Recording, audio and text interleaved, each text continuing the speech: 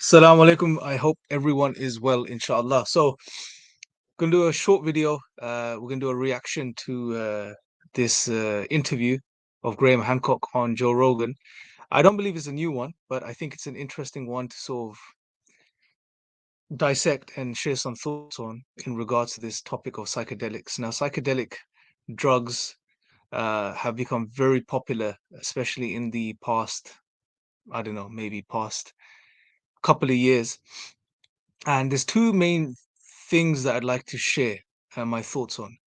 Number one, I want to talk about why they are becoming popular amongst the people of today, especially the secularists, the atheists, the godless. And secondly, I want to share some thoughts on the nature of these trips, right? Now, and what I mean by that is what is actually going on? Is it just a projection of the mind? Uh, is it just psychological in nature, or is there something else that's possibly going on? Now, just a few thoughts before we get into this video. Number one, I want us to recognize something from a historical perspective. We are shifting, we have already shifted, or in the process of this transition. And this transition is from the modern to the postmodern. Uh, After the Enlightenment, in particular, people moved into modernity, and there were some underlying governing principles of modernity. One of the fundamental things was that people moved away from traditional religion and God, and they created new philosophies, a new way of looking at the world. And in a nutshell, the idea was that there is no God, there is no creator. And even if there is one, he has nothing to do, this being has nothing to do with our lives, our worldly existence. And we shouldn't bring God into our worldly engagements and the way we live and what we do and so on and so forth. There was a focus on materialism. There was a focus on the world, and they came along with this many different philosophies and isms. And the whole idea was to shift people away from connecting to the spiritual, being aware of the ultimate purpose through the divine, to giving them a worldly purpose and objective. And in a nutshell, it was, well, we have to create a worldly utopia. There's only this physical world. There's nothing beyond this physical world. We are here by chance. We are accidents of nature. And therefore, we have to make the most of our existence, and we have to turn this world into paradise. And there were many promises that were made by modernity. It was a whole new way of life, a whole new worldview, a materialistic, secular worldview. And now, during this shift, the postmodernists are almost showing them a middle finger to modernity and calling them out for their lies and calling them out for this rigid materialist way of looking at things. And that's not to say that they're moving back towards traditional religion. What I'm saying is what they seem to be doing is experimenting and looking into spirituality once again, and different forms of spirituality and so on and so forth. And one of the main reasons is because materialism and naturalism is very dry, and it goes against human nature. Human beings deep down are spiritual beings. There is a spiritual element to us, and that has not been fulfilled. There's been a famine, a spiritual famine for many decades. And the postmodernists want to reintroduce spirituality back into their lives. However, they don't want the baggage of traditional religion, or that's how they'll see it. They don't want to submit to a higher being. They don't want to be accountable, and they don't want responsibility. They don't want to live ethical lives, because some of the concepts of postmodernism are, well, there is no ultimate meaning. We make meaning for ourselves. And on top of it, human beings, when they turned away from the divine, they became divine in and of themselves in some ways. Because for example, as soon as you tell a human being you have no meaning or purpose, you have to create your own meaning and purpose. And that's what the existentialist philosophers suggested.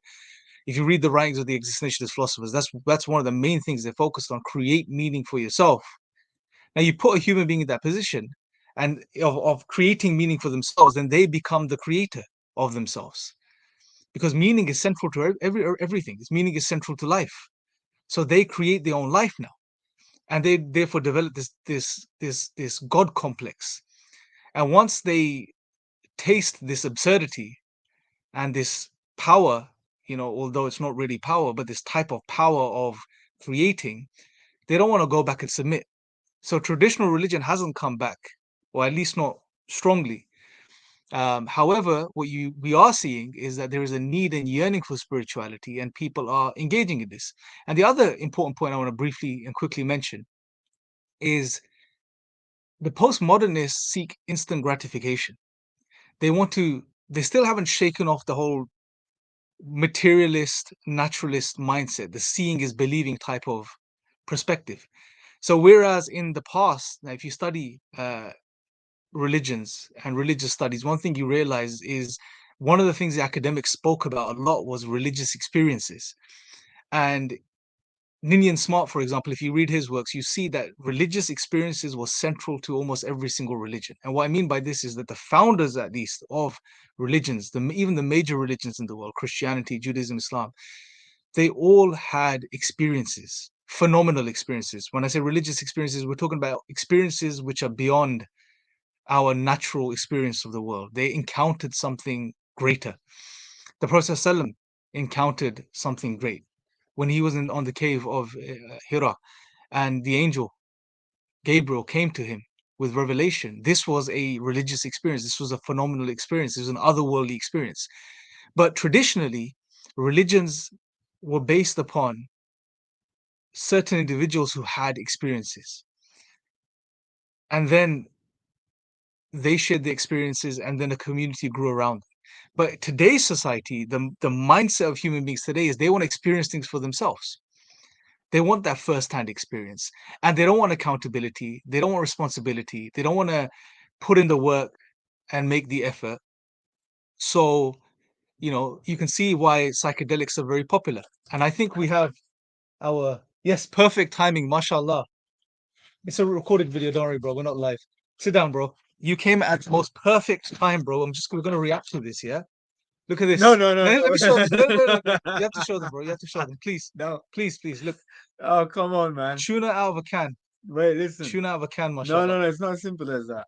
I don't care how simple or difficult it is, bro. It's tuna out of a can. Look at that. Fine. Enjoy that, bro. So basically, I was just giving a bit of an introduction to this whole psychedelics thing, this craze.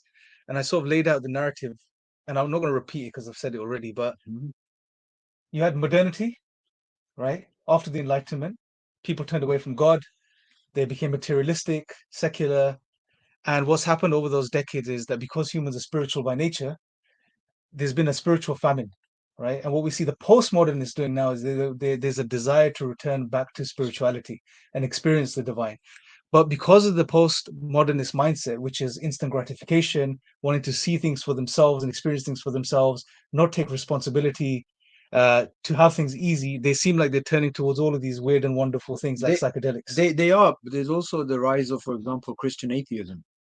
Yes. Which is people who subscribe to Christianity only in the sense that they look at it as a force for good in terms of values. Yes. Because they're tired of wokeism, they're tired of this nihilism, they're tired of not having any meaning in their lives. So it's not just a case where people turn towards psychedelics. We can see at different levels of society. So intellectuals will be expressing this sort of spiritual famine, as you termed it, in a different way to somebody but else. Even some academics are engaging in psychedelic use, bro, these days, and experimenting with it.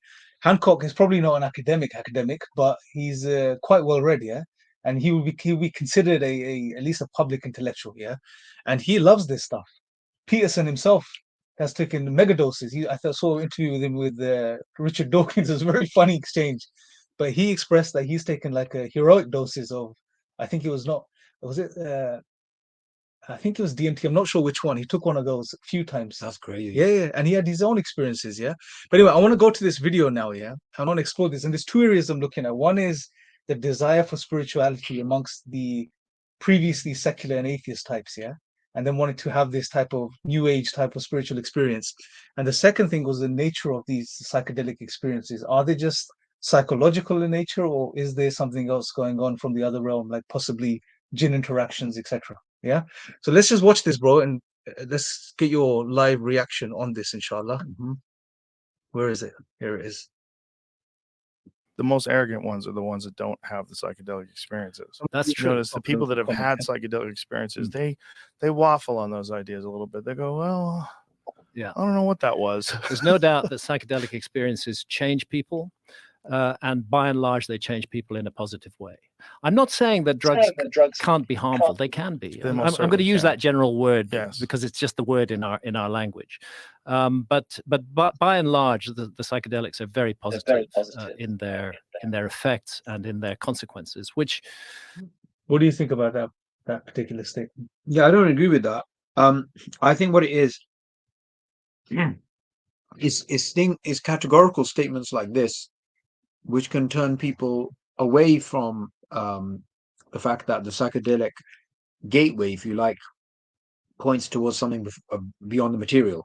So when statements like this are said, I think it can be irresponsible, because you definitely can have negative effects, or you can have overdosing, you can have all sorts of problems, and people who are inclined towards certain mental health issues it's likely to be exacerbated through these types of drugs. So I think it's better to stick to the descriptive, if you like, narrative, which is why are all these different people all across the world having these experiences which go beyond the material. That's more important than these types of statements, which can perhaps galvanize the uninitiated, if you like, to try these out, which can be very problematic. Yeah, and he's obviously not mentioned the negative trips people have as well. You can lose your Some mind. people have lost their mind, You bro. lose your mind. They lose their mind based on what they see. But anyway, let's carry on. There's a very interesting bit I want to get kind to. of brings me to the He does waffle on a bit. issue of DMT. DMT, of course, is the. Could we plug in the HDMI cable, Jamie? DMT is the active ingredient of ayahuasca. Dimethyltryptamine, arguably the most powerful visionary substance known to science. I first encountered DMT in ayahuasca in 2003. Just let me type something. He's gonna Okay. shift off here, but I want to get to this. Just being really religious about it. Yeah. Can I show you a couple more pictures? Sure. What do you got here? This We is are just him picking having his little, leaves from because he's been on Chacruna had bush. several trips basically. It's called and he's just sharing Psychotria his, viridis, and those leaves contain DMT. And then 20 years later, here I am with Francisco again. I've got less hair, and Francisco's definitely aged as well. And this was about 3 weeks ago. I had an ayahuasca session there. One of the most, in some ways, one of the most helpful sessions that I've ever had.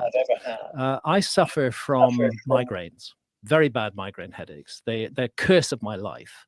I'm taking a pharmaceutical medication. I carry it still everywhere with me, which is a triptan, belongs to the class of medicines called triptans.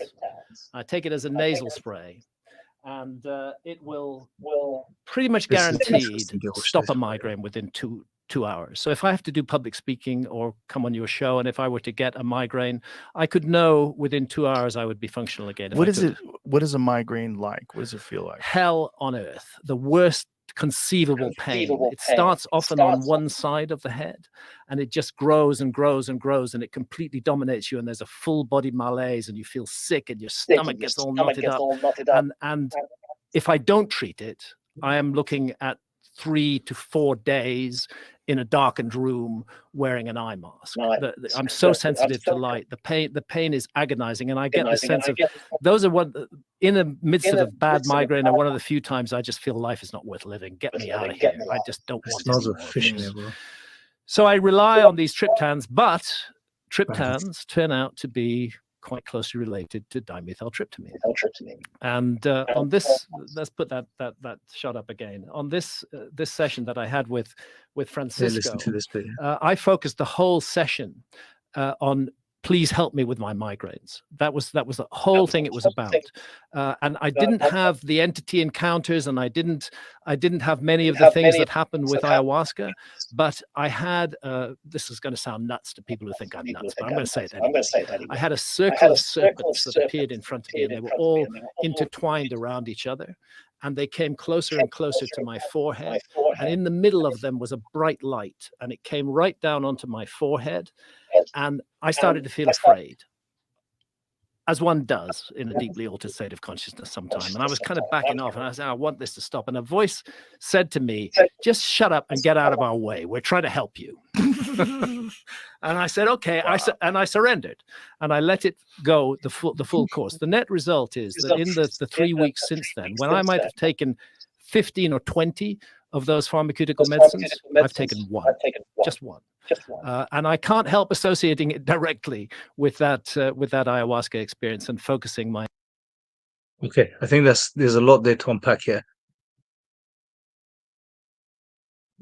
What do you so obviously in this case, and there's many people that reported this, their experience on these drugs has resulted in a physical, tangible way in their lives. It's shifted or changed something in their life. Yeah.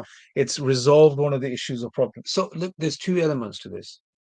The element one is a biochemical element, right? There could be some change that's been triggered due to taking that substance, and that could be the explanation for why. So we're looking at the natural. This is Subboor as a naturalist scientist talking right now. Yeah.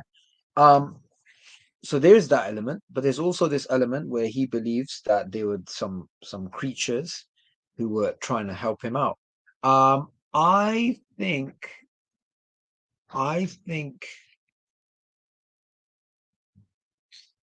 we need to maybe distance ourselves from this discussion and focus on this.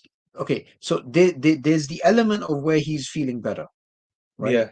And that we can leave aside because that could be, say, biochemical. But there's the element which he has reported and many others have reported, which is that they deal with other beings. Yes. Right. I think that's interesting. Yeah. Yeah. From an Islamic perspective, could be Jinn. It's possible.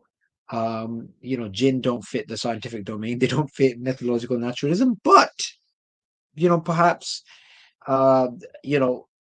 any hardcore naturalist who may interact with them, maybe they'll change his mind. Yeah. So it does shift some of these naturalists, just the experiences. It shifts them from a hard line. What is he? What is he? Is he a naturalist? No, he's interesting.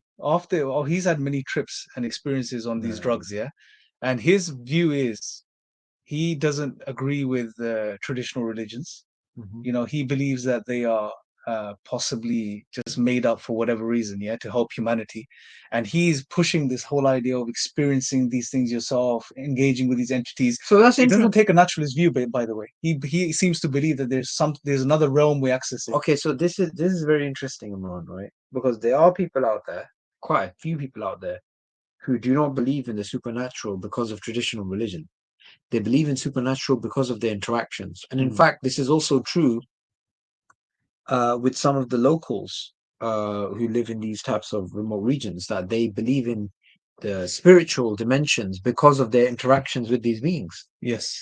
There is something about, for DMT to work, you need to take some supplement beforehand, and that releases, I don't know, some sort of enzyme. Is that what you did last time? No. But anyway, I think anything. it's him who speaks about it, maybe here or another place.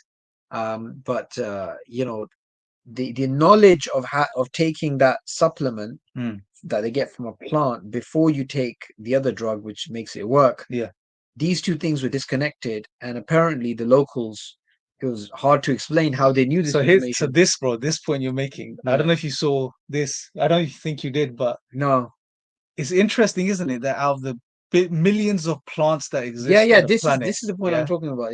How do they first recognize that this is a plant that will send you on this sort of trip? What will allow for this plant, this other plant, and then how do they discover the other plant which will help this plant take you on a more profound trip, right? If you look at it from an evolutionary perspective, bro, How many people must have had to die trying out different combinations? Yeah. They stumbled upon it. But I think this thing, bro, like from an Islamic perspective, yeah, and this is from Ibn Taymiyyah's essays on the Jinn.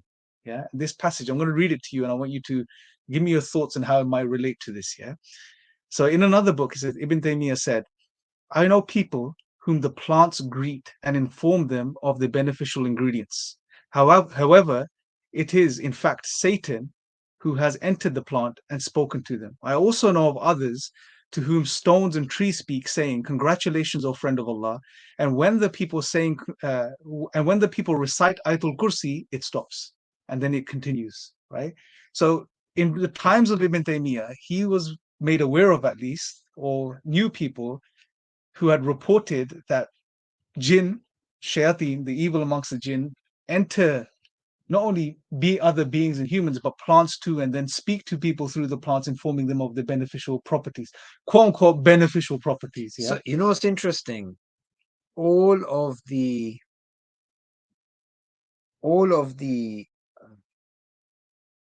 things which come under the rubric of khamr, to cover intoxicants, Yeah. right?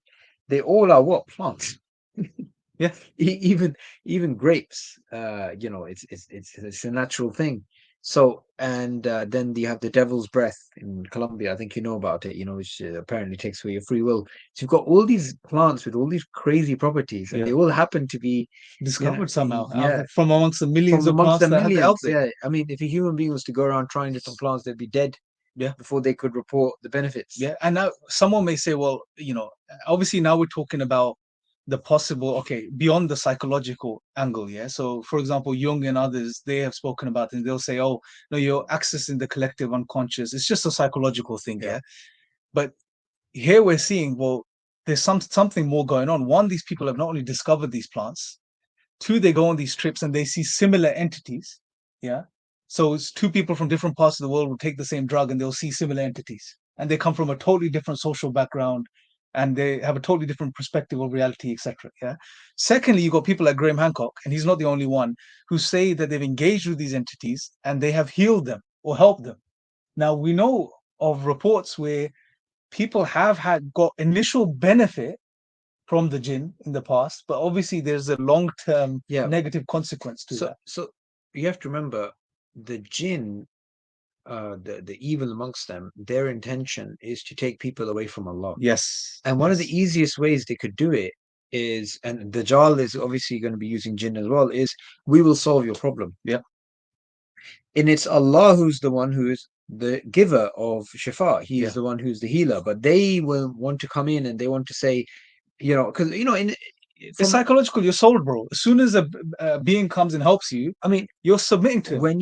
When you go to these people, people from different religious groups who follow these Sai Babas and these types of gurus and these types of peers and these types of characters, and you try and say to them, why are you following this human being? Why are you worshipping this human being? Why are you calling upon this human being? Why are you relying upon this? You talk to them about Allah, and they say, but this happened to my aunt, and this happened to my mum, and I did this, and this happened. Like, they always come up with these stories. I remember I was talking to somebody, and it seems I'm bring it full circle. Yeah. Somebody who had these spots on his face, and he went to a barber shop. Somebody I know. So a barber shop or a baba shop? No, just a normal barber shop, right? A barber, okay, barber, hairdresser. Hairdresser to get his a haircut. And the guy said, "Oh, you've got these spots. Why don't you go to this shrine, right? And there's this holy. This happened in Pakistan. There's a holy man there. It's buried. If you go to the shrine and you clean the shrine, these things will go away." And this guy, who has no understanding of Aqidah, right? You're not allowed to do that. That's haram. That's shirk. He went and he thought, oh, okay, if I go and clean the grave of this holy man, I'll get cured. Yeah. And he went there and he cleaned it. Yeah. And those spots went away. How many times we've heard stories like that? And do you know what? Now he believes in this. Yeah, of course. They submit now, to these things. Clearly, who's the one who gave shifa? Allah. And it was a test. Yes. And the jinn was a test. And clearly this, so what it is, right? Same thing is happening here. Yeah. I remember this guy, he's looking at it purely from a naturalistic perspective. He's like, oh, I felt better, and there's this thing trying to help me, and I only have to take this medicine once now rather than taking it all the time. Okay, what happened is a fact. Yeah. So he came out, he felt better. Yeah. Everything else is interpretation. Yes. Now, if he was a Muslim, his interpretation would have been, I've been cured by Allah's permission, right? These jinns are trying to take credit for it. Maybe I don't know, whatever. So what we have to keep in mind is that they will come to different conclusions, but there's certainly a reality that these people interact with. Yeah. That reality we cannot deny, nor can they deny. It's the interpretation which is going to be different. And it seems like that what's happening, if you look at the grand scheme of things, they're being helped by these beings. Yeah. Yes. And in return, what they're doing is they are submitting to these beings one way, shape or the other. Yes. Either through just belief that these are higher beings helping us, and this is probably a type of, like you said, it is a shirk, yeah. And it's almost like, and we've seen it in traditional societies as well. They get helped, cured, whatever the thing is, and they interpret it in a way that this being or this Baba helped me or cured me. Yeah. And then they submit to them. Or we see they go to these graves all the time and submit to them. And so if we look at some of the practices which are done at shrines in Pakistan, right? This is very interesting. You have these shrines where people go and do shirk. They go and call upon the dead, and they dance, and they take drugs, and they do these things, right? One of the things which is very interesting is how they believe taking drugs brings them closer. Yeah. And they go and take these, and funny enough, the drugs are mixed with lassi. Right? Lassi is a yogurt drink. Yogurt drink. I'm sure everybody knows what lassi Yeah. is. Lassi is really well known. Or in kefir is called in Turkish or whatever. So clearly there's a link between the interaction between human beings and the supernatural through drugs. Yeah. And it's not It's just almost like a gateway. it's not just some guy turning up on the Joe Rogan show in the 21st century. This has been happening for hundreds of years. Happens all the time, yeah. Hundreds of years. Why is it that Ibn Taymiyyah is talking about this? Why is it that we see some illiterate people, right, doing the same thing in places like Pakistan? Why is that happening? Yeah. Clearly, this is something which is cross-cultural. Yeah. And And ultimately is leading people away from the worship of the Creator. Yeah. It's leading people away from the worship of Allah and to submitting to other than Allah, basically. Yeah, I know a guy who he's based here in London. He doesn't come up with this stuff publicly, but he's, how he came to Islam was through this stuff, through these psychedelic drugs. And he entered a world where he saw the jinn, he saw different things, and that convinced him. Now, psychedelics are not a dawah tool. Psychedelics are not a way of he just incidentally was doing something and he got led to Islam. Yeah. It's not like, okay, here's a person who's hardcore atheist, tell him to do psychedelics, some drugs and they come to no, Islam. It doesn't work like that. These guys are proof of this. Yeah. They do psychedelics and they go off on a tangent, basically. Yeah, they go off on a tangent, exactly. Yeah. So, but I think it's good to sort of discuss this stuff. But I think we'll wrap up now, bro. For this one, maybe do another episode soon on this topic. But I guess any last take-home messages for people watching? Stay away from drugs. Eat tuna instead. You always need to go back to a common denominator, right? And let's agree with the first common denominator that even the most hardcore naturalists and atheists will agree with, which is there is an innate thirst of human beings to connect with something beyond matter. Okay? Then we can take it to one step further to something that we agree about, which is there's some sort of thirst for spirituality. And then there's another thing which now a lot of people find it very hard to deny, is that people are experiencing the supernatural in different ways. In fact, here's something very interesting. There is a guy who came to the Ira New Muslim retreat about 10 years ago. He's from Scotland. He was not a Muslim, and he was researching into the paranormal activities, that haunted houses and all these types of things. Yeah. And he went through years of, documenting these instances. And then he read the Quran. He learned about the jinn. He was convinced that what he experienced was the jinn. Yeah. And because of that, he became Muslim. Yeah. SubhanAllah. So sometimes, when people are investigating the supernatural, the best explanation, the inference to the best explanation is Islam. Yeah. SubhanAllah. And Allah guides who He wills, man. Anyway, Jazakallah khair, Subboor. Assalamu alaikum. And we'll speak to you guys next time. Assalamu alaikum.